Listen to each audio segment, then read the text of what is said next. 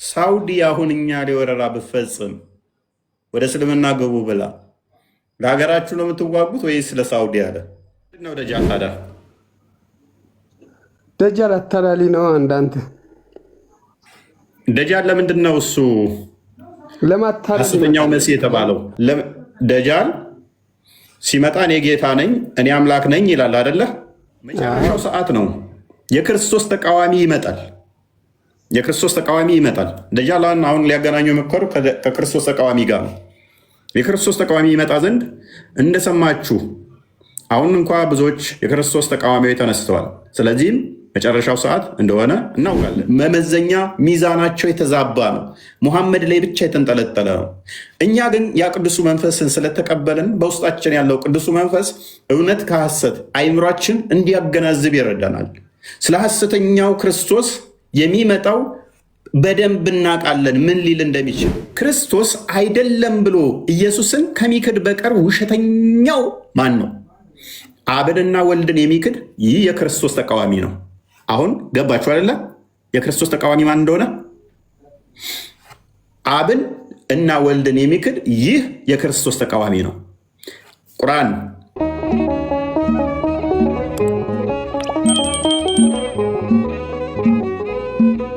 እኔስ የዛሬ ቶፒካችን ደጃል እና አላህን ይመለከታል። ሰው ከእሱ ጋር በተያያዘ ነው ቶፒካችን። ስለ ደጃል እና ስለ አላህ የምንማማር ይሆናል ማለት ነው። ክርስቲያኖች በተቻላችሁ መጠን አትላው ካሁን ጀምራችሁ ስለ ደጃል እና ስለ አላህ ይሆናል ቶፒካችን። እንግዲህ ስለ ደጃል ብዙ ኪታቦችን ጽፈዋል። ሰው ስለሱ ያለውን አስተምሮ የምንመለከት የምናየው ይሆናል ማለት ነው። ከድር አክቹዋሊ አቅመ ውይይት አይደርስም። ይሄድሽ በድር እንስጠው ወይንስ ከሱ አዳም ጥባክ ድል እንስጠው ምናምን ታለ በሰው ሃይማኖት ታሾፋለህ። እንደ አንተ ማራዳ ሆነ ጀግና ከሆን ከወጣ ብላ ተወያይም እንዴ እና ሳልቀር አሁን አውቆት ነው መግባቱ ዲጮ ነው እንዴ ደግሞ ትመልሳለህ ወይ? ትመልሳለህ ወይ? ፖለቲካ ለምን ትሰራለህ ሁሌ አንተ? እሺ ቴንክ ከሰሮና ተማሩ በፊቱን እኮ ጠርጥሬ ያለው ሳስገባ ካሊድም አክቹዋሊ ከሱ አይሻልም። ካሊድ እኔ እስልምና ላይ የሚመልስልኝ ራሱ ናፍቆኛል። ሃይማኖቱ የሚያውቅ ሙስሊም እያስተማርኩ ነው እስከዛሬ ይመልስልሃለሁ። በመጀመሪያ ግን የሻዕቢያን ባንዲራ ያዘ ማንኛውም እምነት አቋም ይሁን እዚች ቤት እንዳይገባ ምድረ መሀይም ሁላ ሀገር አፍራሽ ከድር ስራ ጠብቅ። የኢትዮጵያ ላይ ቁጭ ብለህ እኮ ፍልስጤም ቪቫ ፍልስጤም ተመታች አፍጋኒስታን የምትሉ ዳይፐር ቂጥላሽ እኮ ናችሁ እናንተ። እናት አባት በራብ እያለቁ በድሮን እየተፈጩ እስራኤል እኮ ፍልስጤም መታች የኢራቁ መሪ ሞተ የምትሉ እኮ ናችሁ እናንተ። ሞራል ኖሯችሁ ስለ የከሌ ሀገር አይመለከትም የከሌ ሀገር ትላላችሁ። እናንተ ሞራል ኖሯችሁ እነ ሳውዲ አረቢያ ምን አገባን ብለው ሳውዲ አረቢያ እንደው እስልምና ተነሳባት የምትባለው ሳውዲ አረቢያ እና መዲና ስለ ኢራን አይመለከተንም ሲሉ የምትሉ እኮ እናንተ ናቸው። ከነኛ በልጣችሁ ማለት ነው። ስለምን ሀገር ነው የምታወራው? ጎረቤት እዚህ ጋር ሙስሊሙ እየተራበ እየተጠማ መንገድ ላይ ወድቆ እኮ ለእሱ ድምፅ ሳትሆነው ጋዛ ውስጥ እኮ እስራኤል አንዱ ህፃን ሊገደለች ብለህ የምታለቅስ እኮ ነህ። ወንድምህ እዚህ ጋር በድሮን እያለቀ ኢትዮጵያ ውስጥ በሺ እያለቁ እኮ ደንታችሁ አይደለም። ደግሞ እናንተም ታወራላችሁ ስለዚህ ጉዳይ። እፈሩ እንጂ ተደበቁ።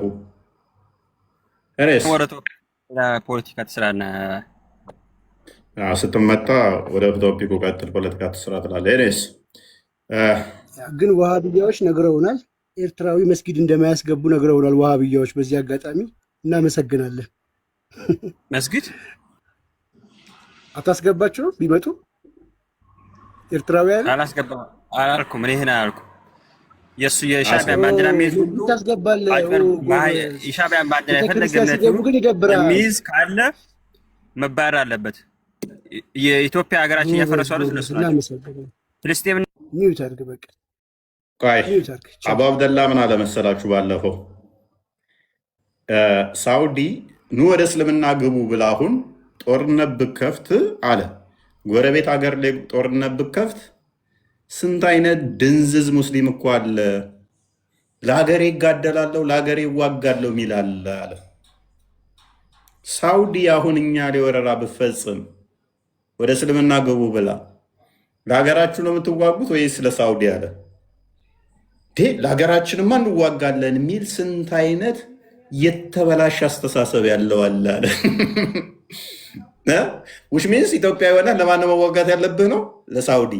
ወደ እስልምና ግቡ ብላ ሳውዲ አቅም ኖራ ራሱም እንደዚህ ነው ያለው። ቅዋ ተሰጥቷት ሳውዲ ወደ እስልምና ግቡ ብላ ጦርነት ብከፍት ጎረቤት ሀገራት ላይ ለሀገራችን እንሞታለን የሚል የተበላሽ አቂዳ ውስጥ ያለ ሙስሊም አለ አለ።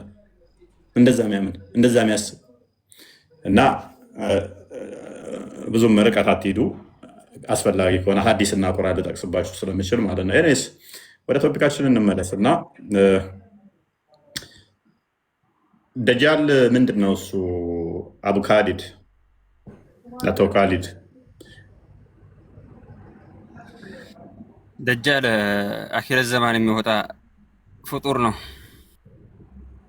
ኦኬ ለምንድን ነው የሚወጣው? እስኪ ኮመንቱ ዝጋው። ይሄን የሻዕቢያ ባንዲራ እንትን እያደረጉ ነው። ለምንድን ነው የሚወጣው? እሱ ፊትና ነው። አላህ እንደ ፊትና ያስቀምጠው። ኦኬ ስለዚህ መጨረሻው ትልቅ እንትን ነው ማለት ነው። አጥፊ ነው ወይንስ አልሚ ነው? እሱ አምላክ ነኝ ብሎ ነው የሚነሳው። አምላክ ነኝ ብሎ ነው የሚነሳው። አምላክ ነኝ አምልኩኝ ይላል። ታዲያ አምላክ ነኝ አምልኩኝ ካለ ለምን አታመልኩት? እናንተ መስፈርታችሁ አንድ አምላክ ለመባል አምላክ ነኝ አምልኩኝ ማለቱ አይደለ? አምላክ ነኝ አምልኩኝ ካለ ለምን አታመልኩት? እኛ እኮ ቁርአን እኮ አለን። እሱ እኮ ምንም ነገር የለውም። ይሄ እኮ አላህ እኮ አስቀድሞ ነው። መስፈርታችሁና እኛ ጋር ስትመጡ ኤግዛክት ወርድ ፋላሲን ተጠቅማችሁ አምላክ ነኝ አምልኩኝ ያለን ነው የምንፈልገው ትሉ የለ። ስለዚህ አይደለም እኔ አሁን አንተ አምላክ ይሰራል ካላመልኩ ፓኒክ አታድርግ። መስፈርታችሁ እኛ ጋር ስትመጡ ኤግዛክት ወርድ ፋላሲ የምትጠይቁ ከሆነ ደጃል አምላክ ነኝ አምልኩኝ ካለ በምን መስፈርት ነው አናመልክ የምትሉት? ምክንያቱም እናንተ የምትፈልጉትን እኛ የምትጠይቁንን አምላክ ነኝ አምልኩኝ ቃል በቃል ስለሚል ለምን መሰለህ እኛ ማናመልከው አላህ አስቀድሞ ነግሮናል። አላህ ሱብሓነሁ ወተዓላ አኺረት ዘመን ላይ ይሄ ፊትና እንደሚመጣ በሙስሊሞች መሃል ነግሮናል። ገብቶሃል? ደጃልና አንድ ጥቅስ ቆይ አውል ቤሪው አንድ ጥቅስ ብቻ ደጃል ይመጣል በቂያማ ቀን ብሎ ቁርአን ላይ የተናገረበትን አንድ ጥቅስ ብቻ ስጠኝ። አንተና ደጃሉ ቁርአን በሐዲስ የምናምነው ተረጋጋ። ቆይ አንድ ጥቅስ ብቻ አላህ ደጃል ይመጣል ብሎ ቁርአን ላይ የተናገረበትን አንድ። እኛ በቁርአን በሐዲስ ነው የምናምነው አልኩ። ከሐዲስ ከፈለክ ሰጥ ይችላል። ሐዲስ እመን የሚል ቁርአን የለም። ቁርአንህ ግልጽና የተብራራ እንደሆነ ይናገራል። ሐዲስህ ሙሐመድ ከሞተ ከ300 ዓመት በኋላ የመጣ ተረት ነው። እንደው ቁርአን እስቲ በሙሐመድ ጊዜ የነበረ ነው ካልክ አላህ ነግሮናል ካልክ ቁርአን ደግሞ ግልጽና የተብራራ ነገሮች ሁሉ አብራሪ ነው ስላለ ፕሊስ እኔ አላህ ፈጣሪ ነኝ እንጂ ደጃል አለው ማለትም እዚህ ቤቴ ላይ ስየዋለሁ። አላህን ፈጥሬዋለሁ። ጭንቅላት አልባ ስለሆነ ብዙ መሳል ስለማይከብድ ድሮይንግ ላይ ቤስማችን ጉድ ባልሆንም ጭንቅላት የሌለው እግር መሳል አይከብደኝም። እሱ መፍጠር አይከብደኝም። እኔስ ግባ ቶፒኩ ላይ አንድ ጥቅስ ማምጣት ትችላለህ እያልኩ ነው። እኛ በሐዲስና በቁርአን ነው እንመራው አልኩ። ስለዚህ ሙሉ አይደለም ማለት ነው። ስለዚህ ቁርአን ግልጽና የተብራራ አንድም አልተውንም ሁሉን ነገር ዘርዝረናል የሚለው ስለ ዋናው ነገር ስለ ደጃል ምንም የተናገረው ነገር የለም እያልከኝ ነው? ሐዲስ አለ አልኩህ እኮ እኛ በሐዲስና በቁርአን ነው የምናምነው። ሐዲስ ማን ነው የተናገረው? ሐዲስ አልቁድሲ የሚባል አለ፣ አላህ የተናገረው አለ። በቃ ጎበዝ። ሐዲስ ቁርሲ ላይ ስጠኝ። አሁን ጎበዝ ቀጥል። ምን ይላል እዛ ላይ? ከዛ ማን ተናጋሪ እንደሆነም ታሳየኛለህ። እሺ አይቼ ልምጣ። እንዳታወርድ እንደ ትናንት ነው። ራስህ ረጅም ሰዓት ትወርዳለህ። አልቆይም። አምጣ።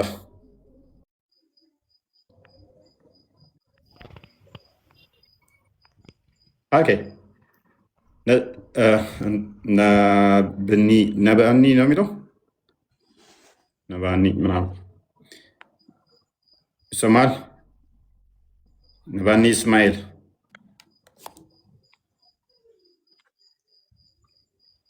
ኦኬ። ሰይድ አቤት። እንኳን ደህና መጣህ። ሰላም ነው ወይ? ደህና ነው አልሐምዱሊላህ። መልካም። ኦኬ ደጃልን ማን ነው የሚገለው? ደጃልን ዒሳ ኢየሱስ የት አለና ነው? ደጃል ገና የሚመጣ አይደል እንዴ? ኢየሱስም ይመጣል። ነፃ ሊያወጣ አይመጣም? እስቲ አንድ ጥቅስ ብቻ ቁርአን ውስጥ ኢየሱስ ይመጣል የሚል ስጠኝ። ነባኒ እስማኤል። ኦኬ አንድ ነገር ልናገር። እሺ ጥቅሱን ብቻ ኢየሱስ ይመጣል ስላልክ እስማኤል አንድ ጥቅስ ብቻ ይመጣል ከዛ ደጃልን ይገላል የሚል አንድ ጥቅስ ብቻ። ንጽጽር ለዘላለም አቆማለሁ። ኦኬ ከዛ በፊት አንድ ነገር አንተ እንግባባ። በሁለቱም እንግባባለን። 10ም አደርግልሃለሁ። እንግባባለን። አንድ ጥቅስ ብቻ አስተኛለሁ። ረሱል ሙሐመድ ሰለላሁ ዐለይሂ ወሰለም ተከተል የሚል አለ ቁርአን ላይ። የሚለውን ተቀበል ካለ አትሰማም? የእሳቸውን ንግግር የእሳቸውን ንግግር ሳይሆን ያለው ተከተል ያለህ ቁርአንን የሚነግሩህን እንድትከተል ነው እንጂ ከቁርአን ውጪ ወይንም ደግሞ መሐመድ ከቁርአን ውጪ ነው የሚያስተምረው። ሙሐመድ ራሱ አላህ ወማ የንጢቁ ዐኒል ሀዋ ብሏቸዋል። ቆይ ሙሐመድ ከቁርአን ውጪ ነው የሚያስተምረው ስላላደል እኮ ነው እሳቸው የተናገሩትን የምንቀበለው። ስለዚህ እሳቸው የተናገሩት ቁርአን ውስጥ ነው እንጂ ከቁርአን ውጪ አይደለም እኮ። እሳቸው የተናገሩትን ተቀበል አለ ቁርአን ላይ፣ አላህ አጸደቀላቸው። ጎበዝ እኮ። እሳቸው የተናገሩት ደግሞ ቁርአን ውስጥ ነው ያለው። ምክንያቱም ሱራ 6 114 ላይ ከአላህ ውጪ ሌላ ረዳት ትፈልጋላችሁን ይላል። ግልጽና የተብራራ ነው ቁርአን ይላል። ከአላህ ውጪ ረዳት አትፈልግም አይደለ? ከአላህ ውጪ ምስክር ትፈልጋለህ? ረዳት አልፈልግም። ምስክር ትፈልጋለህ ከአላህ መጽሐፍ ውጪ? ምን አይነት ምስክር? ያላ መጽሐፍ ግልጽና የተብራራ ነገሮችን ሁሉ የሚያብራራና የገለጸ ነው አይደለም? የገለጸ ነው። በቃ ስለዚህ ነገሮችን ሁሉ የገለጸ ለሁሉ ነገር ማብራሪያ ያለው አንድም ነገር አልተውንም ብናኝ ክብደት ያላትን እንኳን ቢሆን ስላለ አሁን ኢሳን ይባል አካል ተመልሶ ይመጣል፣ ደጃልን ይገላል። ብናኝ ብትሆን ያለውን እስላምጣልኝ። አንተ ብናኝ ብትሆን አልተውንም ያለውን አምጣልኝ። ቅድሚያ አንተ ስጠኝ፣ እሰጣለሁ እኔ። ሱራ 10:64 ላይ፣ ሱራ 10:64 ላይ፣ ሱራ 6:68 ላይ፣ 38 ላይ፣ ሱራ 12:111 ላይ፣ ሱራ 16:89 ላይ ክፈትለት።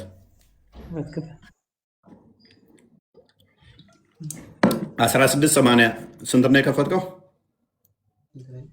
10:64 ጋር እየገባሁ ነው። እሺ ክፈት።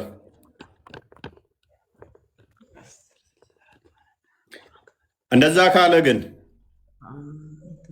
ካለ ብናኝንም ቢሆን አልተውንም ካለ ስማ፣ እንዴት ታደርጋለህ? 16:89 እንዴት ታደርጋለህ? የማደርገው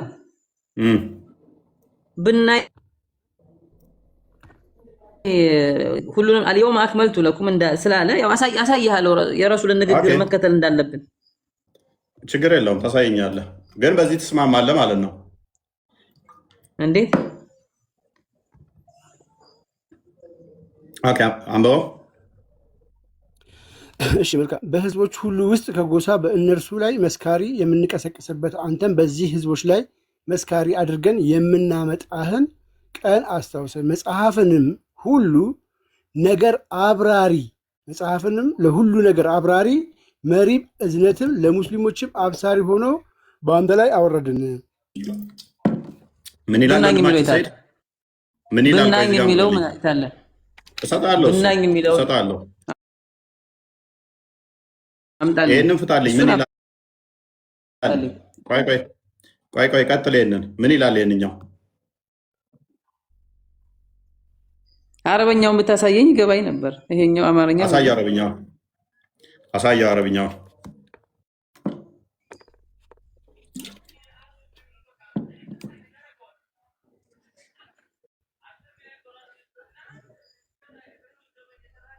እሺ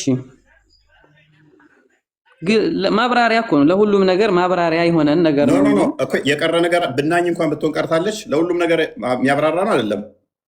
የሚያብራራ እኮ ነው ያለው እንጂ እያንዳንዱ ነገር ጠቅሰናል። ያሉት ብናኝ ያልከው ነገር ሁሉም ነገር የሚያብራራ ነው አይደለም?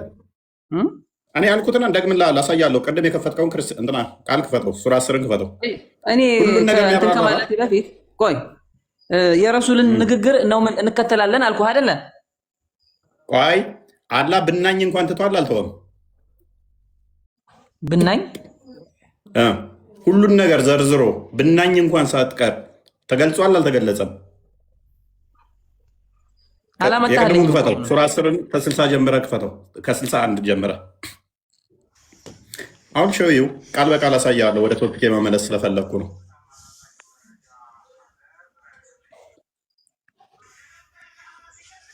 ከ61 ጀምረ አድርገው ጊዜ ለምን ትቆጠብ? ኦኬ አንብበው እስኪ። መሐመድ ሆይ በማንኛውም ነገር ላይ አትሆንም፣ ከእርሱ በቁርአን አታነብም፣ ማንኛውንም ስራ አንተም ሰዎችህም አትሰሩም። በገባችሁበትም ጊዜ በእናንተ ላይ ተጠባባቂዎች ብትሆን እንጂ በምድርም ሆነ በሰማይ የብናኝ ክብደት ያክል ከጌታ እውቀት አይርቅም። የምን ያክል? የብናኝ ክብደት ያክል ከጌታ እውቀት አይርቅም። ከዚያም ያነሰ የተለቀም የለም በግልጹ መጽሐፍ ውስጥ የተጻፈ ቢሆን እንጂ ይላል። ብናኝ እንኳን ብትሆን ምንም ነገር የቀረ የለም። እያንዳንዱ ተጽፏል፣ አልተጻፈም። ኦኬ አሁን አረበኛውን አሳይኝ አንዴ። ቀደምም እኮ አረብኛ ብላ አረብኛ ላይ ሲደረግልህ ምላስን ነው ያዋጥከው። አልዋጥኩም። ለእኔ አሁን ያልከኝ ነገር ለእኔ ለምሰጥህ መረጃ አሁን አትጮህ። ኧረ አልጮህኩም። ቀጥል።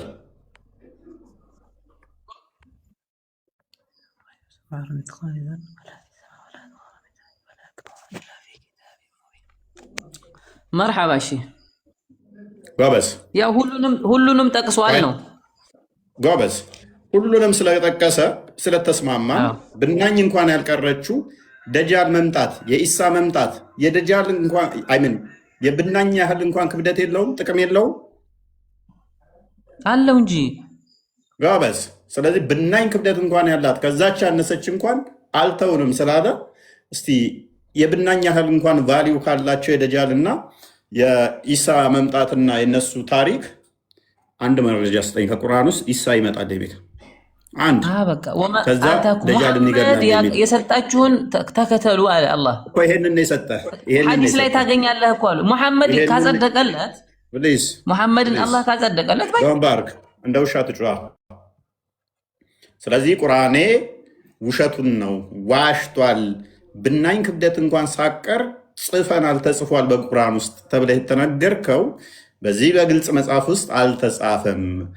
እልቅ ሙሐመድ ከሞተ ከ300 ዓመት በኋላ ሰዎች ሐዲስ የሚባል ተረት ተረት የነገሩን ውስጥ አለ በለን፣ ቁርአን ላይ የለም በለን። ስለዚህ ቁርአኑ ብናኝ ክብደት እንኳን ያላት ቢሆን አልተውኩም ጽፍ ያለው ሲል እየተቀደደ ነበር አላህ በለን፣ ሲዋሽ ነበር በለን። ደን ወደ ምን እንሄዳለን? ወደ ሐዲስ ከ300 ዓመት በኋላ ሙሐመድ ከሞተ በኋላ ስለመጣ ተረት ተረት መጽሐፍ እናወራለን። ትስማማለህ? መረጃ ልስጥ። ተረጋጋ አንተ። ተራን ጠብቅ። ትስማማለህ ሰይድ?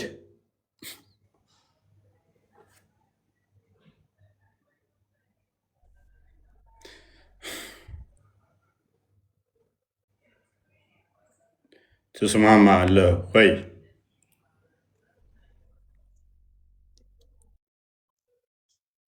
ክርስቲያኖች አትግቡ። ኦኬ ካሊድ መረጃውን አገኘ? ሐዲስ ኩርሲ ላይ ያለውን ምንም አይተማ ነው። እሺ ክፈተው። ቡኻሪ ክፈትልኝ። ቡኻሪ 7124 ሐዲስ ኩርሲ ብለሃል። ቆይ ሐዲስ ኩርሲ ብለሃል። ሐዲስ ኩርሲ ነው የምከፍተው። 7124 ሐዲስ ኩርሲ እና ቡኻሪ አንድ አይደሉም ወገናችን። አታውቀው እሱንም ላስተምርህ። ቡኻሪ እና ሐዲስ ኩርሲ አይገናኙም። ጠንካራ ሰነድ ቴንክ ዩ በቃ ተሰራ ነው ተማር።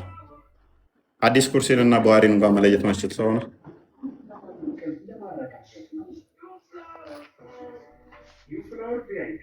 ኦልራይት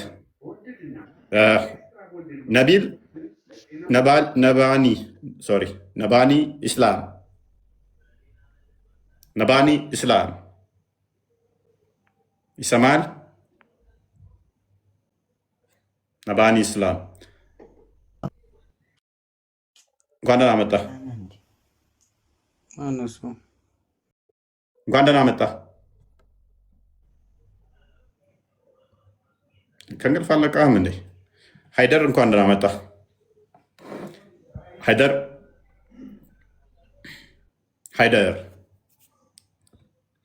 አላህና ደጃል በምን ይለያያሉ? ለሃይደር የሚቀርብ ጥያቄ። ሃይደር እንኳን ደህና መጣ።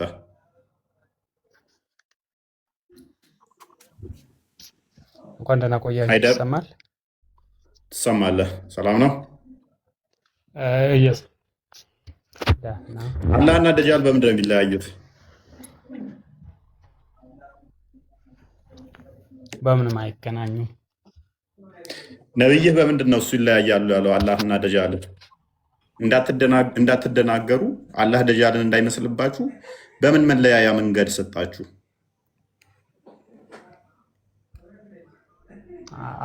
መለያ ተብሎ የተጠቀሱ ነገሮች አሉ። ለምሳሌ መለያ ተብሎ የተጠቀሱ ነገሮች አሉ። ቁጥር ላይ ብቻ አይደለ ኮምፓሪሽን፣ ቁጥር ላይ ብቻ ሳይሆን የማየትና ለማየት ሁኔታም ላይ የአላህ አይን እውር አይደለም። የደጃል አይን ግን አንደኛው እውር ነው።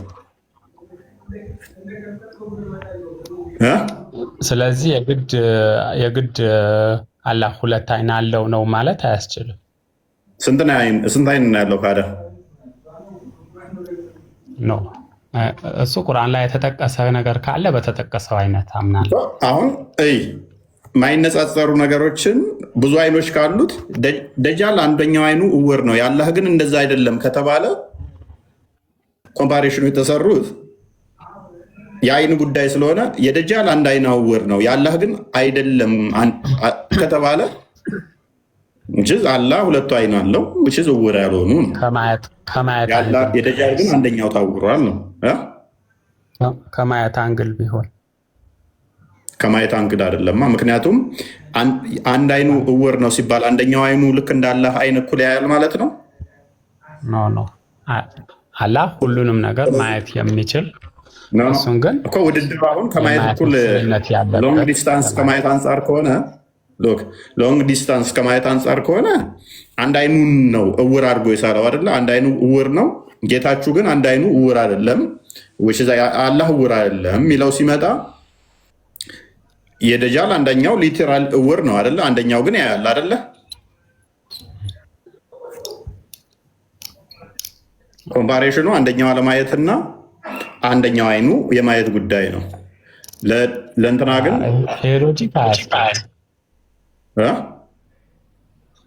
ሎጂክ አያስኬድም። ምክንያቱም የግድ ለማስኬድ ያስረዳ ነው። ምክንያቱም ከማየታቸው ከአቅም አንጻር ሊሆን ቢችልስ ቢሎ ነገር የለም። አላህ ብዙ በደንብ ያያል፣ ደጃል በደንብ አያይም ብሎ አይደለም የተናገረው። አምላክህ ምን ብሎ የተናገረው?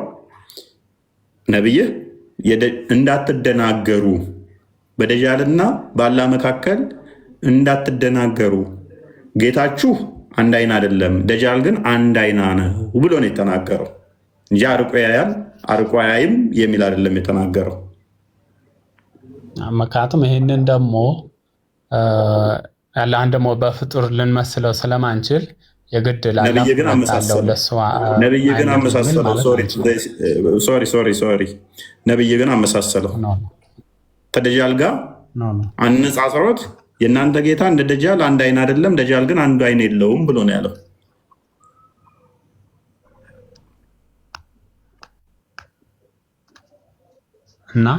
እና ከቁጥር አንጻር ነው ልትለኝ ነው? ከዚህ አንጻር እንደዛ ስላለ አብሶሉትሊ ከቁጥር አንጻር ካልሆነ ደጃል አላህ እነዚህ የሚታይ የሚዳሰስ አይን ባይኖረው ኖሮ እንዳትደናገሩ፣ የእናንተ ጌታ አንድ አይኑ እውር አይደለም፣ የደጃል ግን አንደኛው እውር ነው ተብሎ ሊነገር አይገባም።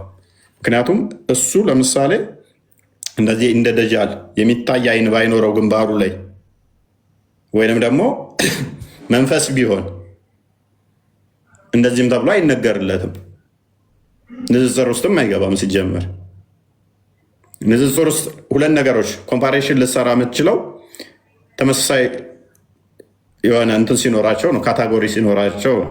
በሆነ ነገር ላይ ካታጎሪያቸው ተመሳሳይ ሲሆን በፍጡር ፐርስፔክቲቭ ነው እንጂ በፈጣሪ አንገድ ንጽጽር አይሆንም። ደጃል እኮ ፍጡር ነው። አሁን አንተ ፍጡርና ፈጣሪ ነው እያወዳደር ካለው። እኔ አይደለሁም ያወዳደርኩት። እንዳትደናገሩ ደጃል አንድ አይና ነው፣ አላህ ግን አንድ አይና አይደለም ብሎ ያለው እኮ ነው አይደለሁም። ስለዚህ አንድ አይና አይደለም እኮ ይሄንን ንጽጽር የሰጠው ነው አይደለሁም። ኦፍ ኮርስ ያው አንድ አይና አይደለም እያልከኝ እኮ ነው አላህን። ስለዚህ ግን ከማን ጋር ተነጻጽሮ ነው? ከማን ጋር ተነጻጽሮ ነው? የግድ ተነጻጻሪው ሁለት አይን ስላለው አንተ ይሄ ኖርማል ሎጂካል እየሄድክ ነው ያለው። ይህንን ሎጂክ በፍጹምና በፈጣሪ ዘንድ አይሰራም። አይደል ሊነጻጸር የሚችለው አንድ ነገር እሺ፣ አብራራልን። አንተ ከምን አንጻር ነው ያነጻጸረው? ከማየት አቅም ቁጥር ከማየት አንጻር ይነገራል እንዴ? አንድ ሁለት ተብሎ የማየት አቅም ይነገራል? ምክንያቱም እሱ አይነ ዕውር ነው። ቁጥር ይነገራል ወይ? ለማየት አቅም አንድ ሁለት ተብሎ ይነገራል ወይ? አይደለ? ይሄንን ሎጂክ እዚች ቦታ ላይ አይሰራም። ተበላ። አየህ፣ በቁጥር ነው የተናገረው ነብይ። ለአላህም ቁጥር ነው የተጠቀመው፣ ለደጃልም ቁጥር ነው የተጠቀመው። ቁጥር ደግሞ መጠንን ይገልጻል እንጂ የሆነ ሰም ኤክስቴንት እንደዚህ በርቀት ያያል ምናምን የሚልን አይደለም። ቁጥር ላይ ቤዝዶ ነው። አላህ ቁጥር ላይ ቤዝዶ ነው። ሁለት ሲሆን በደንብ ያያል፣ ብዙ ሲሆን በደንብ ያያል፣ አንድ ሲሆን በደንብ አይነት ስታፍ ውስጥ ከገባ ወደ ፍጡር እስከተትከው አሁንም ማለት ነው። ምክንያቱም እኔ አንድ አይኔ ሲሆን የማየው በዚህኛው ሳይድ ያሉትን በዚህኛው መጠን ያሉትን ብዛት ላይ ትንሽ ነው ማየው። ሁለት ሲሆን ደግሞ ከብዛት አንጻር በዚያ ያለው ማለት ነው። አላህንም እንደዛ ከከተትከው በቁጥር ገድበህ ወደዛ ውስጥ የምከተው ከሆነ ከፍጡር ጋር መሳሰልከው። ቁጥር ማተር የሚያደርገውና መጠኑ ከቁጥር ጋር የተያዘ መጠኑ ቁጥር ላይ ቤዝድ የሚያደርግ ከሆነ ወደ መጠኑን ወደ ምን እየወሰድከው ስለሆነ አንተ የሚያይበት የርቀቱን መጠን ከቁጥር ጋር እያገናኘኸው ስለሆነ እንደዛ ከሆነ ጭዌው ስለዚህ የፍጡር ባህሪ ያለው ማለት ነው። አላህ አይደለ? በፍጹም እነዚህ ሁለቱ ይበልጥ ነገሩን ግልጽ ከማድረግ አንጻር ነው እንጂ ቁጥሩን ወይም እንትኑን ከማመሳሰል አንጻር አይደለም። ኦኬ፣ ደጃል የትኛው አይኑ ነው ዕውሩ? አይ ዶንት ኖ እንትን የለኝም። ነው። እሺ ቁርአን ግልጽና የተብራራ ነው አይደለ? በትክክል መህዲ ነው የሚቀድመው ደጃል ነው የሚቀድመው? ነው እንደዚህ ነገሮች እንትን የለኝም። ደጃል ማን ነው የሚገለው? ደጃል ማን ነው የሚገለው? እስቲ ስለ መህዲ ወይንም ስለ ኢሳ መምጣት ተመልሶ ወይንም ደግሞ ስለ ደጃል ከቁርአን እስቲ አንድ ጥቅስ ስጠኝ።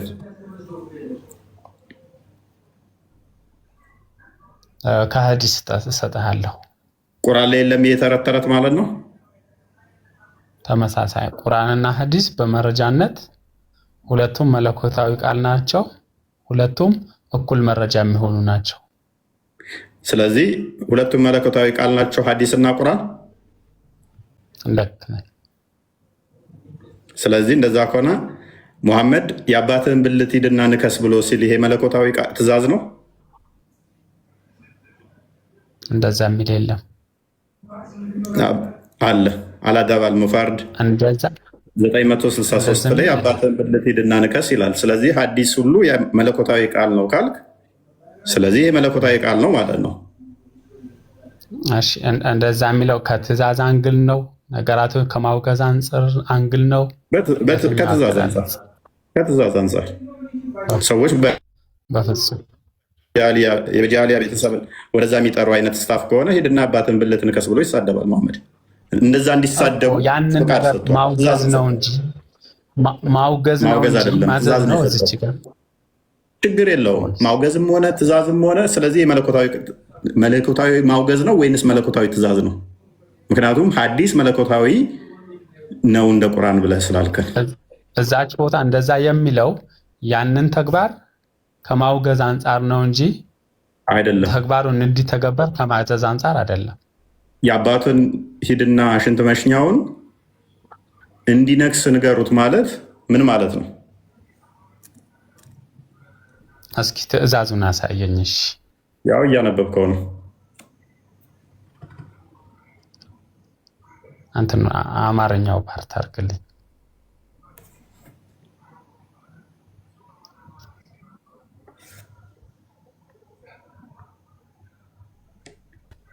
ኦክ ብለህ እስኪ አንብብልኝ። እሺ ትንሽ ዙም አልሆነ ማለት ካላሳፈረ እኔ ያፍራሉ። ይህንን ቃል አልጠራም። አንተ ራስህ አንብበው። የአንተ ሃይማኖት ያነሳ ስለሆነ እሺ በዚህ ጉዳይ የሚል አለ። እሺ ቀጥል። ኦኬ ዝቅ አድርገው ከላይ ጀምሬ ላንብበው።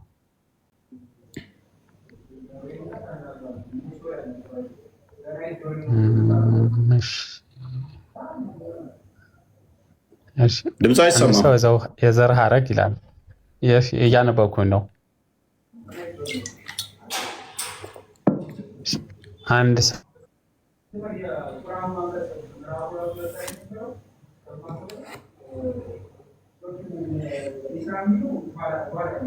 ቀጥላ አትሰማም። እኔ ጋር የማይሰማው የማይሰማ ጸጥ ብሏል።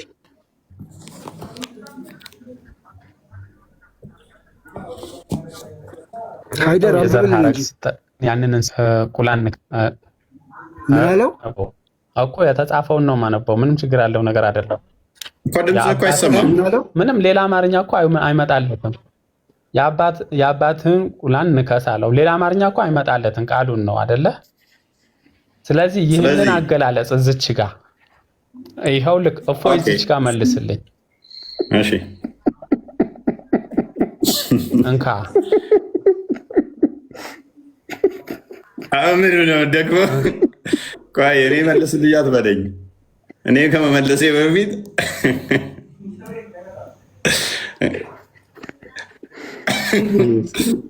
የአባትን እንትን ንከሳለው ብለህ እንካ ሲል አህመድ ደከመ ማለት ነው። ንክሻው ለእኛ እኮ አይደለም። ይሄንኛ አሁን ያኛው ተናጋሪ ነው። ቀጣይ ትእዛዝ እንደሆነ መሐመድ እንዳዘዘ ቀጥልና አንብበው ጨርሰው። ይሄንን ትእዛዝ የሰጠው ማን እንደሆነ ሰሃባው ነው ይሄንን ያለው። ንከስ የአባትህን አሁን ያልከውን ሽንት መሽኛው ነው ያለው ሳባው ነው። ሳባው ደግሞ ከማን ሰምቶ እንደሆነ ያለውን ቀጥልና አንብበው።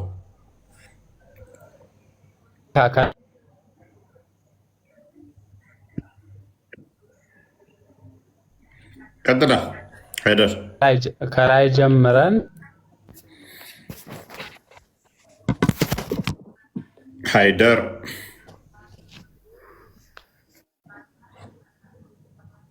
አሁን ይህን ነው መለኮታዊ ነው የሚለን። ሀይደር ይህንን ነው አላህ ተናግሮታል የሚሉን ሰማተዋል።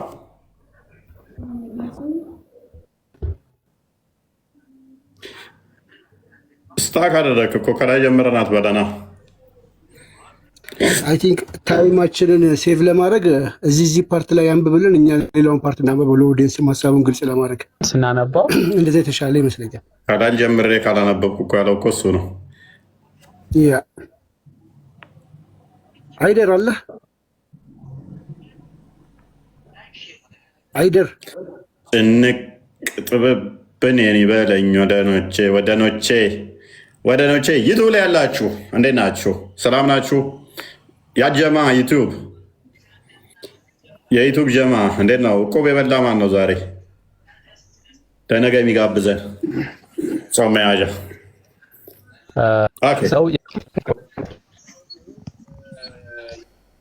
እሺ ልቀጥል። አይደር ምን ልቀጥል ትላለህ? እስካሁን ስቀጥል ቆይተህ ጠብ የሚል እሺ አንብበዋ መጨረሻውን ያለውን ታወራኝ። ይህንን ነገር የተጻፈው ከትእዛዝ አንግል ነው እያልከኝ ነበር። ኖ ከማንበቡ ጋር ነብይ ያለውን አንብብ እኮ አንብብ። ይህ ንግግር ያስደነግጣችኋል፣ ያልተመቻችሁ ይመስለኛል አላቸው። በመቀጠልም እንዲህ አለ፣ በዚህ ጉዳይ ላይ ለማንም ከመናገር ወደኋላ አልልም። ምክንያቱም ቀጥል። አሁን ምክንያቱም ከሚለው ጀምሮ ቀጥል። እንደጀመርክ ጨርስ። ቀጥል። የአንተ አዲስ ነው፣ ራስ አንብብና አይደለም ካቃተው አንብብለት እንጂ ምን ሆነ ነው? አንብብለት እንጂ ጨርሱ። እሺ እንካ ይህንን ሐዲስ ትዕዛዝ ለመሆኑ አስረዳኝ። ትዕዛዝ አይደለም። የመጀመሪያውን ንግግር እያወገዘ ነው ያለው።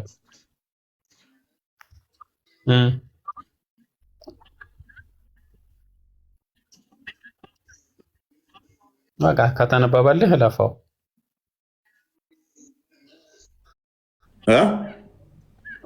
እሺ ያለ መላእክተኛ ይላል። እሺ ቀጥሎ እኮ በቅንፍ ያለው ሰላዋት አውርድ። እሺ እንትን አይደለ ትንሽ ዙም አይደለም እኔ ጋር አይታይም። ሰለላሁ ዐለይሂ ወሰለም አለ እንዲህ ሲሉ ሰምቻለሁ። ቀጥል አሁን። እሺ ቀጥል። ራሱን ከሚለው ጀምረ ቀጥል። ራሱን ወደ ጃሂልያ የዘር ሐረግ የሚያስጠጋ ከዛ የሚመካ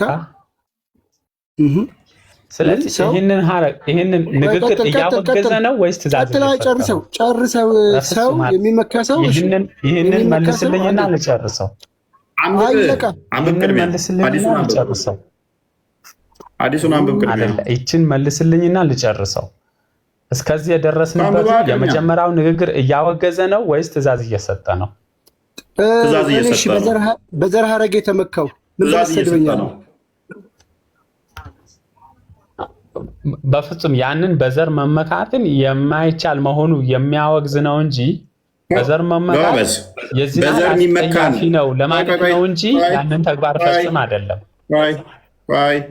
በዘር ሐረግ ለሚመካ ምን እንድትለው ነው ትእዛዝ የሰጠህ? ቀጥል። የተጠየቀውን ብቻ መልስ። የአባቱን ብልት ምን? የአባቱን ብልት ምን? እጅ ነው እግር ነው? ብልት። የአባቱን ብልት ምን? ሲጀመር የአባቱን ብልት እንደ መንከስ ነው ለማለት ነው። ሌላ ነገር ገብቷችኋል? አይደለም። በስርዓት በል። አንደኛ የአባቱን ብልት አይደለም የሚለው፣ ሁለተኛ እንደ መንከስም አይደለም የሚለው። በስርዓት አማርኛ መዝረክረክ ነው። አረበኛው እንደዛ አይደለም የሚለው። ምንድን ነው የሚለው? አንብበው። ያ አረብኛው ልተርጉምልህ በለው። ቀጥል በለው ቀጥል።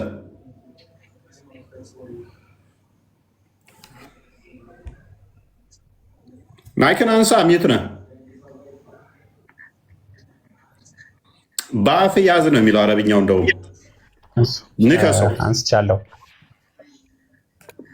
እስኪ አረበኛውን ኮንቴክስት አንዴ ጓደኛዬ ሀሳብ ያልጨረስኩ ከዚህ ጀምረህ እንደዚህ አንብብልን። አረብኛው ከዚህ ከቢጫው ከትልቁ ጀምረህ ምንም አማርኛውም አረብኛውም ቢደባላለቅም ምንም ለውጥ የለውም። እኔ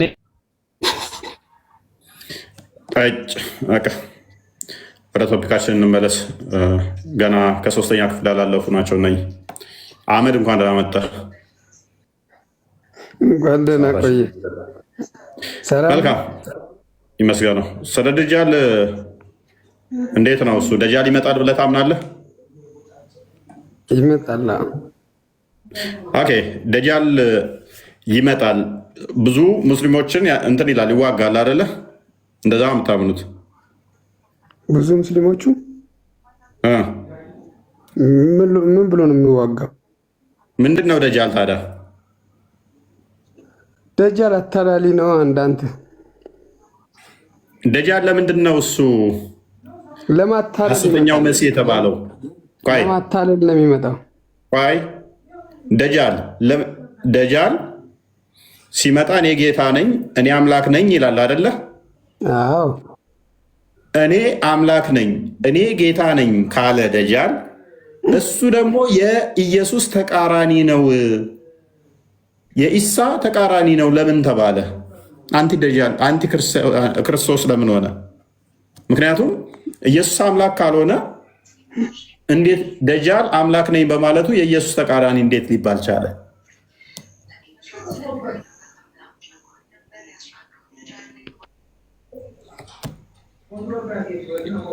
ቴብሉ ያንተ ነው፣ መልሱ ያንተ ነው፣ ማይኩ ያንተ ነው።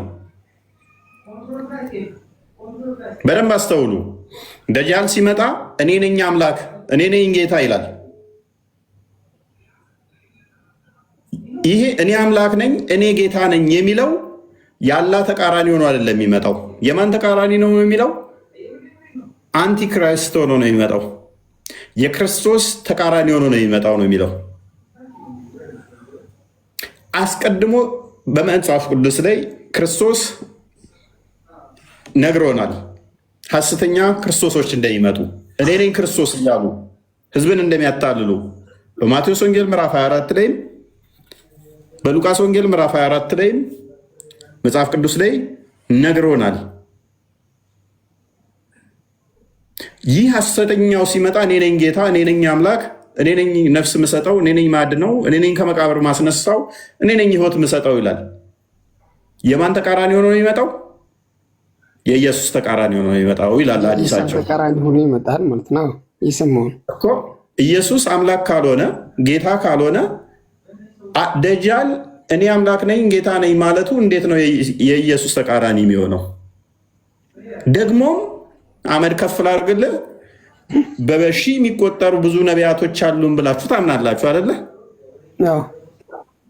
ከነኛ ሁሉ ነቢያት ውስጥ አንዱም ነቢይ ሳይሆን ኢሳ ነው እሱን የሚገለው። ሀይ አላ በህይወት ኢሳ አለ በህይወት ኢሳ በህይወት ስላለ ነው፣ ለሱ ለመግደል ስለሚወርድ ነው። ኦኬ፣ እስቲ ማስረጃ ስጠኝ ከቁርአንህ ላይ ኢሳ ደጃልን ለመግደል ይወርዳል የሚል ንጽጽር ሁሉ አቆማለሁ። እሺ ነው ያልከው አንተ አምጣልኝና ንጽጽር አቆማለሁ። በህይወት ያሉማ ሌሎችም አሏል። ኤልያስ አይ ቲንክ ኤልያስን በህይወት አለ አይደለ? ያ በህይወት እንዳለ አታምንም እንደ ኢሳ ኢየሱስ? ኤልያስ በህይወት ካለ ደግሞ እኛ ከአንተ ጋር የተለየ ነው። 19:31 ላይ በህይወት ካለ ደግሞ ዘካ ሰጣለሁ ሶላትም እሰግዳለሁ ይላል። አሁን ዘካ እየሰጠ ነው ኢሳ በህይወት ካለ። ሱራ 19:31 ላይ በህይወት እስካለው ድረስ ሰላት እሰግዳለሁ ዘካም እሰጣለሁ ይላል። ዘካ እየሰጠ ነው አሁን። አንድ ነገር ልንገርህ፣ አንድ ነገር በቃ እኔ ቢያንስ አንተን ባለፈው አሁን ተሳድቤና አሁን ማስረጃ ስቃት አልፈል ማስረጃ አወራሃት። ቆይ መጥቶ ደጃል ሊገጣል የሚል ማስረጃ ከቁርአን ላይ እኮ ነው። በቃ ቆይ በደንብ አስረዳሃለሁ። ማስረጃ አምጣ ቀጥታ ወደሚት ትገባለህ እኮ ማስረጃውን አንተ እኮ ማስረጃ አንተ ወደሚት ማስረጃ አንተ ተረት አንፈልግም። ወንድማችን ቀጥል። እሺ ይሄ ተረት አይደለም፣ ላስረዳህ ነው በደንብ አድርጌ። እሺ ቀጥል። ተረት ስለሆነ ማስረጃ የለውም። ላስረዳ ብሎ ቀጥል ስለው ደግሞ ልቅ አለ።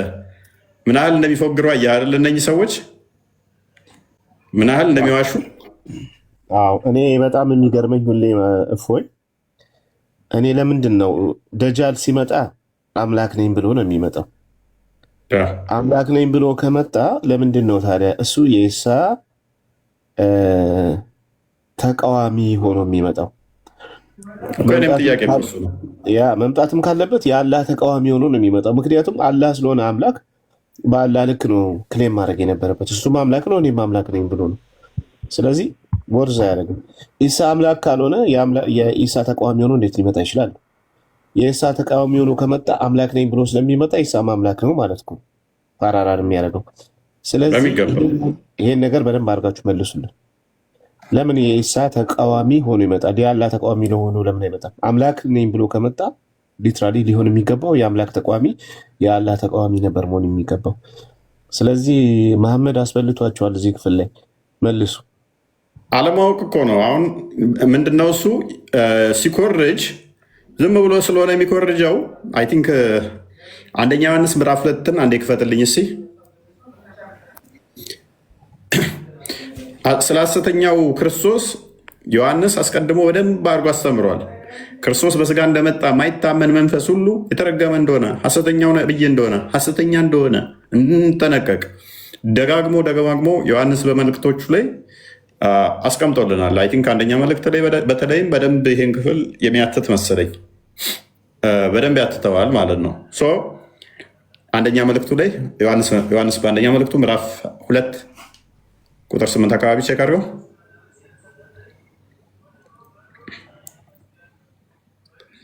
ልጆች ወይ እያለ ዳግመኛም ትእዛዛትን እሺ፣ ቁጥር 18 አድርገው እስኪ ሙሉን እናንተ አንብቡት። ልጆች ወይ በደንብ አስተውሉ። ልጆች ወይ መጨረሻው ሰዓት ነው። የክርስቶስ ተቃዋሚ ይመጣል። የክርስቶስ ተቃዋሚ ይመጣል። ደጃላን አሁን ሊያገናኙ የመከሩ ከክርስቶስ ተቃዋሚ ጋር ነው። የክርስቶስ ተቃዋሚ ይመጣ ዘንድ እንደሰማችሁ አሁን እንኳ ብዙዎች የክርስቶስ ተቃዋሚዎች ተነስተዋል። ስለዚህም መጨረሻው ሰዓት እንደሆነ እናውቃለን። ከፋድ ከኛ ዘንድ ወጡ፣ ዳሩ ግን ከኛ ወገን አልነበሩም። ከኛ ወገንስ ቢሆኑ ከኛ ጋር ጸንተው በኖሩ ነበር። ነገር ግን ሁሉ ከኛ ወገን እንዳልሆኑ ይገለጡ ዘንድ ወጡ። ከፈሩ እናንተም ከቅዱሱ ቅባት ተቀብታችኋል፣ ሁሉንም ታውቃላችሁ። በደንብ አስተውሉ። እኛ የማወቅ ጸጋ፣ እውነት ከውሸት የመለየት ጸጋ ተሰጥቶናል። ይሄ ራሽናል ቢንግ መሆናችን እኛ ለዚህ ይጠቅመናል። ነገሮችን እንድናገናዘብ፣ እንድናስተውል፣ እንድንረዳ ይጠቅመናል። ሙስሊሞቹ ጋር ግን እንደዛ አይደለም። በጭፍን ነው የሚነዱት። አይታችኋቸው ከሆነ እውነትን ከሐሰት የሚለዩበት መስፈሪያ፣ መመዘኛ፣ ሚዛናቸው የተዛባ ነው። ሙሐመድ ላይ ብቻ የተንጠለጠለ ነው። እኛ ግን ያ ቅዱሱ መንፈስን ስለተቀበልን በውስጣችን ያለው ቅዱሱ መንፈስ እውነት ከሐሰት አይምሯችን እንዲያገናዝብ ይረዳናል። ስለ ሐሰተኛው ክርስቶስ የሚመጣው በደንብ እናውቃለን፣ ምን ሊል እንደሚችል፣ እንዴት እንደሚያስትም። እውነትን የምታውቁ ስለሆናችሁ ይላል። በደንብ አስተውሉ። እውነትን ስለምታውቁ ይላል። እነኛዎቹ ግን እውነት ተጋርዶባቸዋል። እውነትን የምታውቁ ስለሆናችሁ ውሸትም ሁሉ ከእውነት እንዳልሆነ ስለምታውቁ እንጂ እውነትን ስለማታውቁ አልጽፍላችሁም ይላል። ከፋሩ ክርስቶስ አይደለም ብሎ ኢየሱስን ከሚክድ በቀር ውሸተኛው ማን ነው? አብንና ወልድን የሚክድ ይህ የክርስቶስ ተቃዋሚ ነው። አሁን ገባችሁ አይደለ? የክርስቶስ ተቃዋሚ ማን እንደሆነ። አብን እና ወልድን የሚክድ ይህ የክርስቶስ ተቃዋሚ ነው። ቁርአን ሱራ 6:101 ላይ አላህ ሚስት ሳይኖረው እንዴት ልጅ ይኖረዋል ብሎ ይቃወማል።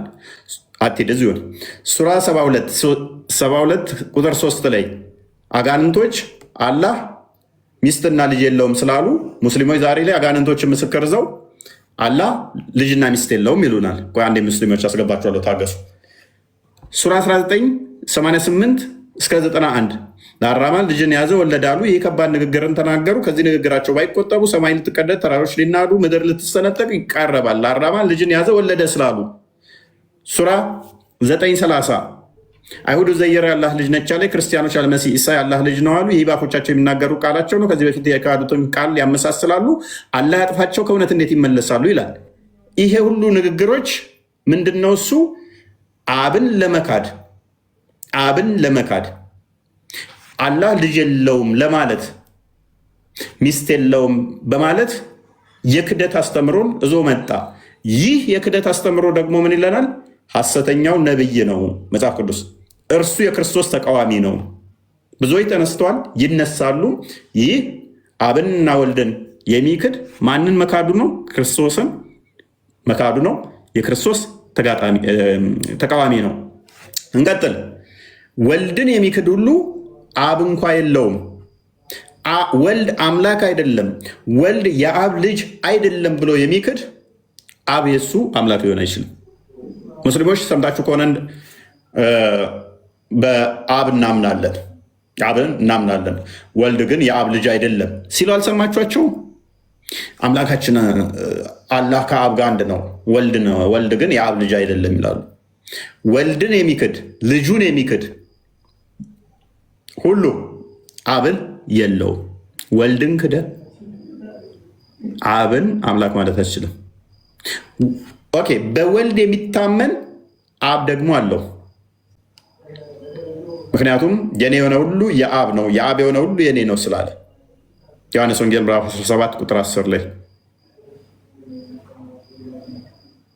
ከፍ አድርገው እናንተ እስከ መጀመሪያ አለ፣ እናንተ እስከ መጀመሪያ የሰማችሁት በእናንተ ጸንቶ ይኑር አለ። አስቀድሞ በነቢያት የተነገረው በሕግም የተጻፉት የሰማ ነው ስለ ክርስቶስ።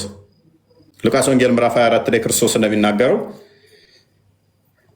በሕጋችሁም በነቢያት እንዳለ ስለ እኔ ተጽፏል በመጽሐፍቶቻችሁ አለ አይደለ? ስለ እኔ ተጽፈዋል አለ። ሁሉም መጽሐፍቶች የሚያወሩት ስለ እኔ ነው። እናንተ እነኛም በመመርመር ሕይወት የሚገኝባቸው ይመስላችኋል፣ ስለ እኔ ነው አለ። ሰው ምን አለ? እናንተ ከመጀመሪያ የሰማችሁትን በእናንተ ጸንቶ ይኑር አለ። ምንድነው የሰማ ነው? ሉቃስ ወንጌል ምዕራፍ 1 ላይ በዓይናችን ያየነውን በጆሮችን የሰማነውን በእጃችን የዳሰስነውን እንጽፍላችኋለን ይላል ሉቃስ። ያዩትን የሰሙትን የዳሰሱትን ነው እኛ የምንከተለው። ሙሐመድስ ከ600 ዓመት በኋላ ክርስቶስ ከሄደ በኋላ በዓይን ያላየውን በጆሮ ያልሰማውን በእጁም ያልነካውን በታሪኩም በቦታው ያልነበረውን ብቻውን ነቢያቶች ያልሰበኩትን ሐዋርያቶችም ያልነገሩትን ተረት ተረት ጻፈ። የአብ ልጅ አይደለም ብሎ ካደ። ይህ የክርስቶስ ተቃዋሚ ነው። ስለዚህ ከመጀመሪያ የሰማችሁት በእናንተ ቢኖር እናንተ ደግሞ በወልድና በአብ ትኖራላችሁ። በመጀመሪያ የሰማነው ከማን ነው? ከነቢያት። ቀጥሎ በማን ሰማን? ከሐዋርያት። ከክርስቶስ ሐዋርያት ነገሩን። ከዛ በኋላ የሚመጣ አስተምሮ ሁሉ ወልድ የአብ ልጅ አይደለም የሚል ሁሉ አጋንንታዊ አስተምሮ ነው። ሱራ 72:3 ላይ ደግሞ የአጋንንት ምስክር ነው አላህ ልጅ የለውም የሚለው ይሄንን ለመቃወም ስለመጣ። ስለዚህ እናንተ ከመጀመሪያ የሰማችሁትን እውነት ታውቃላችሁና እያለን ነው። አዎ ከመጀመሪያ የሰማነው እውነት ነው። ከዛ በኋላ የሚመጣ ሁሉ ክደት ነው። እርሱም የሰጠን ተስፋ ይህ የዘላለም ሕይወት ነው አለ። ምንድነው? የዘላለም ሕይወት ነው። ለዚህ ነው ዮሐንስ ወንጌል ምዕራፍ 11 ቁጥር 25 ላይ የሚያምንብኝ ቢሞት እንኳን ሕያው ነው፣ ሕያው ሆነ ለዘላለም አይሞትም አለ። ዮሐንስ ወንጌል ምዕራፍ 6 ቁጥር 40 ላይ የአባቴ ፍቃድ ይሄ ነው፣ ልጅን አይቶ በእርሱ የሚያምን ሁሉ የዘላለም ሕይወት ይኖረዋል፣ እኔም በመጨረሻ ቀን አስነሳዋለሁ አለ። እርሱም የሰጠን ተስፋ ይህ የዘላለም ሕይወት ነው አለ። ስለሚያስቷችሁ ሰዎች ይህንን ጽፌላችኋለሁ። ወደፊት ልስት እንዳትችል ይሄን ነግሬሃለሁ። ከፈርበው እናንተስ እንዳንስትህ ምን እናርግሽ? ይሄ ተጽፎልናል። እናንተስ ከእርሱ የተቀበላችሁት ቅባት በእናንተ ይኖራል። ያ ቅዱሱ መንፈስ በውስጣችን ያደረው እውነት ከሐሰት የምንለይበት ሚዛን በውስጣችን አለ። ማንም ሊያስተምራችሁ አያስፈልጋችሁም። ሰንበዲ መጥቶ አይ ወልድ እኮ የአብ ልጅ አይደለም፣ ወልድ እኮ አምላክ አይደለም፣ ወልድ እኮ አልተሰቀለም፣ ወልድ እኮ መጥቶ ተደጃል ጋ ገና ጦርነት ይገባል ያኔ አላህ አስመልጦት የሚል ተረት ተረት ሊያስተምረን አይገባም። እንደዚህ አይነት እንቶ ፈንቶ የሆኑ ቧልት አንድ አረብ ሀገር ላይ ተረት ተረት ሰምቶ ጆሮ ጠቢ የሆነ ሱራ 9:61 ላይ ሊነግረን አይገባም። ይህ አካል ሊያስተምረን አይገባም። እኛ በነቢያትና በሐዋርያት ላይ ታነጽን የተመሰረትን ስለሆን። ነገር ግን አለ ማነው ያስተምረን ታዲያ? ነገር ግን የእርሱ ቅባት ስለ ሁሉ እንደሚያስተምራችሁ እውነተኛም እንደሆነ ውሸትም እንዳልሆነ ከፋክ እናንተም እንዳስተማራችሁ በእርሱ ኑሩ አለ። ስለዚህ እውነት ከሐሰት የምንለይ በውስጣችን ቅዱሱ መንፈስ ያለ ቅዱሱን ቅባት የተቀበልን ስለኛ የሚማልደው ስለኛ የሚቃትተው ሮሜ ምዕራፍ 8 ቁጥር 26 እና 27 ያ ቅዱሱ መንፈስ በውስጣችን ስላለ አትሂድ። ስለዚህ እውነት ከሐሰት በቀላሉ እንለያለን። እውነትን ከሐሰት እንለያለን። ከፈር አሁንም ልጆች ሆይ በሚገለጥበት ጊዜ እምነት እንዲሆንልን በመምጣቱም በእርሱ ፊት እንዳናፍር በእርሱ እንኑር ይላል። አሜን። ስለዚህ በደንብ አስተውሉ። በእርሱ ጸንተን ልንቆም ይገባል። እርሱን ልንክድ አይገባም። እርሱ የታመነ አምላክ ነው። እርሱ የታመነ ጌታ ነው። ሐሰተኛ ክርስቶሶች፣ ሐሰተኛ ነቢያቶች ነበሩ፣ ይኖራሉ፣ ተነስተዋል፣ ይነሳሉ። እነኚህ ሐሰተኞች ሁሉ በክርስቶስ ይወገዳሉ፣ ይጠፋሉ። ስለዚህ ሙሐመድ ይህንን ሐሰተኛውን ክርስቶስን አስተምሮ አስተዋውቆ ነው ሄደው እና እንደዛ ነው። ጨምሩበታለሁ። ቃሎት ያሰማልን። በእኔ በኩል ምንም የለም።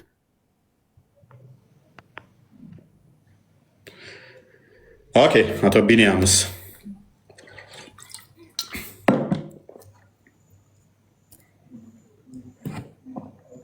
አቶ ቢኒያም የለም እንዴ? አሁን ደጃል የማን ተቃዋሚ ነው ብለናል?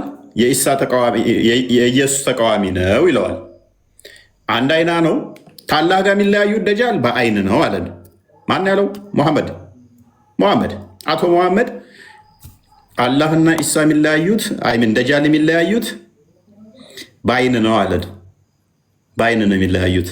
ሐዲሱን አንዴ ክፈተው ቃል ሳይ ሙስሊም 933 ላይ በአይን ይለያያሉ አለን።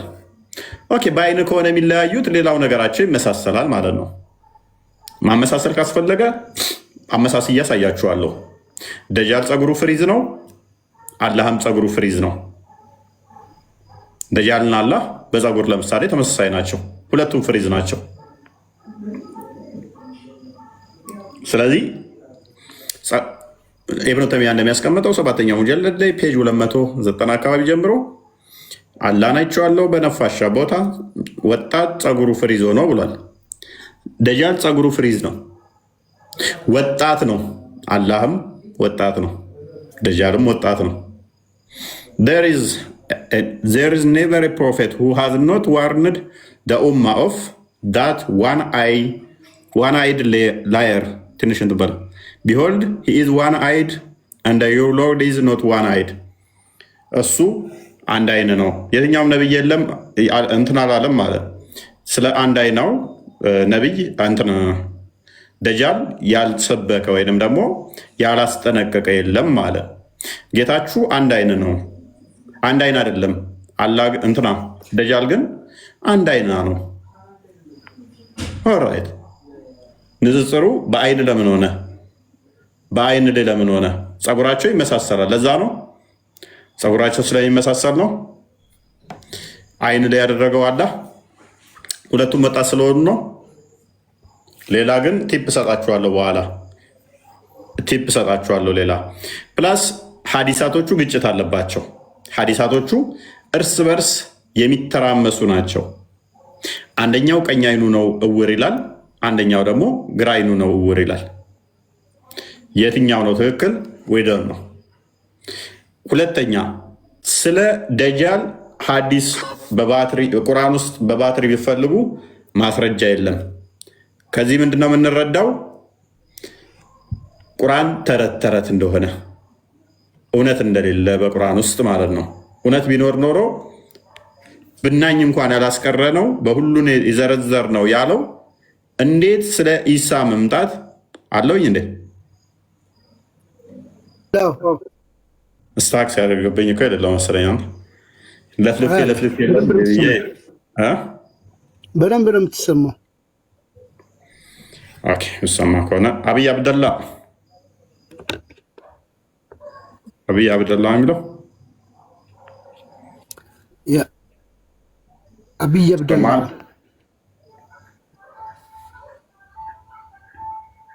ይሰማል። ያንተ ይሰማል። አብይ አብደላ ግን ዝም ብለዋል። ቀጥላ መብላቸው። እሺ ያ እፎ ያነበበውን ሐዲስ ነው በአማርኛ ሰሂህ ሙስሊም 2933 ነው። አነስ ኢብኑል ማሊክ እንዳስተላለፈው የአላህ መልእክተኛ ፖሊስ ቢያፖኒም እንዲህ ብለዋል። ያንን ባለ አንድ አይኑ ውሸታም ህዝቡን ያላስጠነቀቀ አንድም ነቢይ የለም። ሁሉም ነቢያት አስጠንቅቀዋል። እወቁ አለ። እርሱ ባለ አንድ አይን ነው ደጃል። ጌታችሁ አላህ ግን ባለ አንድ አይን አይደለም። አላህና ደጃል የሚለያዩበት ዘሜን ፖይንት አንደኛው አላህ ባለ አንድ አይን አይደለም፣ ደጃል ባለ አንድ አይን ነው። ከዛ ግንባሩ ላይ ካፊር የሚል ወይ ደግሞ ከሃዲ የሚል ፊደል ጽሁፍ ሰፍሮበታል አለ። ስለዚህ ዋናው መለያቸው አላህ ባለ አንድ አይን አይደለም፣ ደጃል ባለ አንድ አይን ነው። ለሴ እኔና እፎይ በጣም እንመሳሰላለን ማለት ነው። ባንመሳሰል በአይን አንለያይም አለ እንዴ? በአይን ለይቶ አይናገርም መሐመድ። ለምንድን ነው በአይን መለየት የፈለገው መሐመድ? ትነግሩናላችሁ ማለት ነው። በነገራችን ላይ መሐመድ ደግሞ ማለት ነው አንድም ነገር ግልጽ የሆነ ንግግር ካልሆነ በስተቀር አይናገርም ተብሎ ነው የሚታመነው። ይሄ መዘንጋት የለበትም። ምንም ድብቅ ነገር የለም። እያንዳንዷ ነገር የመሐመድ ንግግር በጣም ግልጽና የተብራራች ነች። ሐዲስ አለ፣ እሱንም ከፍተን ማሳየት እንችላለን። ያው በደንብ ማወቅ ያለባችሁ ይህ ክፍል አንድም የክርስቶስን አምላክነት የሚናገር ነው። ማለትም የአላህ ተቃራኒ ሆኖ አይደለም የሚመጣው። መጽሐፍ ቅዱስ በግልጽ እንዳሳየናችሁ ቅድም የክርስቶስ ተቃራኒ ሆኖ ውቺዝ አምላክ ሳይሆን አምላክ ነኝ ብሎ የክርስቶስን ስም ይዞ ይመጣል አይደል? ሐሰተኛ ስለሆነ በሐሰት ይመጣል ይላል። እስልምናው ጋር ካዳ እንዴት ነው የክርስቶስ ተቃራኒ የሆነው? አምላክ ሳይሆን አምላክ ነኝ ካለ አምላክ ነኝ ተገዙኝ ጌታ ነኝ ይላቸዋል መጥቶ። ከዛ የማን ተቃራኒ ነው ይሏቸዋል? አንቲክራይስት ነው፣ የክርስቶስ ተቃራኒ ነው። እንዲያ ከሆነ ካዳ ለምንድን ነው እሱ አምላክ ማትሉት ክርስቶስን? ኢሳ የክርስቶስ ተቃራኒ ከሆነ ኢሳ ውሸተኛው ከሆነ አይምን ደጃል ኢሳን ለምን አትከተሉት? ኢሳን ለምን አትከተሉትም? ኢሳ ትክክለኛ ከሆነ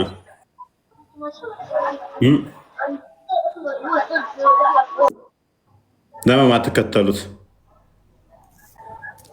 ሌላኛው አስቂኙ ፓርት ምንድነው? እሱ አንዴ ደጃል ስንት ዓመት ነው ምድር ላይ የሚቆየው? ማለትም እንግዲህ ተወልዶ ከሆነ ስንት ዓመት ነው በህይወት ምድር ላይ የሚቆየው? ላይፍ ኤክስፔክታንሱ ስንት ነው? ሚያውቃለ? ኮመንት ላይ ጻፉልን እስኪ። አስቂኙ ፓርት ደግሞ እሱ ነው። እሱ ላይ በኋላ መጣበታለኝ። አርጊው የሚያድረግ የሚችል ካለ ሚሞክረን ይኖራል ብላችሁ ታስባላችሁ? ሁለተኛ ተሰሎንቄ ምዕራፍ 2 አንዴ ቼክ አድርግልኝ። ምዕራፍ 2 ቁጥር 3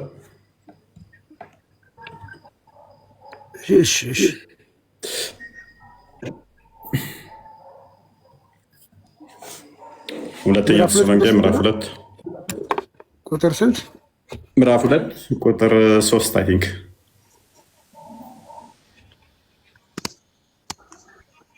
ማንም በማናቸው መንገድ አያስታችሁ፣ ክደቱ አስቀድሞ ሳይመጣና የዓመፅ ሰው እርሱም የጥፋት ልጅ ሳይገለጥ አይደርስም። ከፍ አድርገው ቁጥር 4 እኔ እግዚአብሔር ነኝ ብሎ አዋጅ እየነገረ በእግዚአብሔር ቤተ መቅደስ እስኪመጣ ድረስ እኔ ማነኝ እያለ እኔ እግዚአብሔር ነኝ ብሎ አዋጅ እየነገረ በእግዚአብሔር ቤተ መቅደስ እስኪመጣ ድረስ አምላክ ከተባለ ሁሉ ሰዎችም ከሚያመልኩት ሁሉ በላይ ራሱን ከፍ ከፍ የሚያደርገው ተቃዋሚው እርሱ ነው። ከፍ አድርግ ቁጥር 8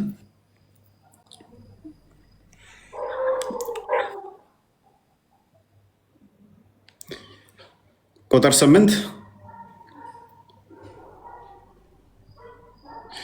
በዚያም ጊዜ ጌታ ኢየሱስ በአፉ መንፈስ የሚያጠፋው ሲመጣ በመገለጡ የሚሻረው አመፅ ይገለጣል ይላል። ክርስቶስ በምን ያጠፋዋል ይላል? በአፉ መንፈስ ያጠፋዋል። ማንን? ይሄንን አሳች የሆነውን አካል ማለት ነው። ስለዚህ የሚመጣው አካል ማነኝ ይላል ነው የሚለው። እኔ አምላክ ነኝ ይላል። እኔ ምንድን ነኝ ይላል? አምላክ ነኝ። በደንብ አስተውሉ። እኔ አምላክ ነኝ ነው የሚለው። ስለዚህ የማን ተቃራኒ ነው ሆኖ የሚመጣው? የእውነት ተቃራኒ ሆኖ የሚመጣው ሐሰተኛ ስለሆነ። እውነት ደግሞ ማን ነው? አና ለሐቅ ብሎ የተናገረው ማን ነው? ዮሐንስ ወንጌል ምዕራፍ 14 ቁጥር 6 ላይ እውነት ማን ነው? ማን ነው እውነት? ዮሐንስ 14 ቁጥር 6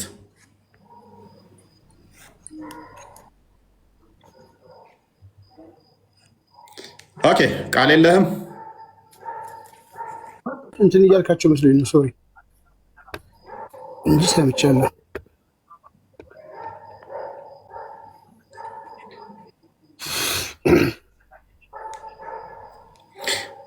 እኔ ሕይወት እውነት ነኝ ያለ ማን ነው? ክርስቶስ። ስለዚህ የእውነት ተቃራኒ ሆኖ ነው የሚመጣው። የእውነት ተቃራኒ ውሸተኛ ሆኖ ነው የሚመጣው። ያ ክርስቶስ ነው ደግሞ እኔ እውነት ነኝ ያለው። አነ ለሐቅ ተብሎ የሚጠራ ፈጣሪ ብቻ ነው በእስልምና የሚታመን ብለው ያምናሉ። አንዱ እንደውም አነ ለሐቅ በማለቱ ቀጥቅጠው ገለውታል። የፈጣሪን ቦታ አነ ለሐቅ በማለት ወስዷል በሚል ማለት ነው። ክርስቶስ አነ ለሐቅ ብሎ እኔ ሐቅ ነኝ እኔ እውነት ነኝ ብሏል። ደጃል ይመጣና አነ ለሐቅ ብሎ እኔ ነኝ እውነት ይላቸዋል። እኔ ነኝ አምላክ ይላቸዋል። ግን ውሸተኛ በመሆኑ የክርስቶስ ተቃራኒ ተብሏል በእስልምናው። ሰው የክርስቶስ ተቃራኒ ከሆነ እንደ ሀዲሶቻችሁ መሰረት ኢየሱስን አምላክ ብላችሁ አትቀበሉም። ደጃል ደግሞ እኔ አምላክ ነኝ ተገዙኝ አምልኩኝ ነው የሚለው። ታዲያ እንዴት ነው እሱ ደጃል የመሲሁ ተቃራኒ ሆነው?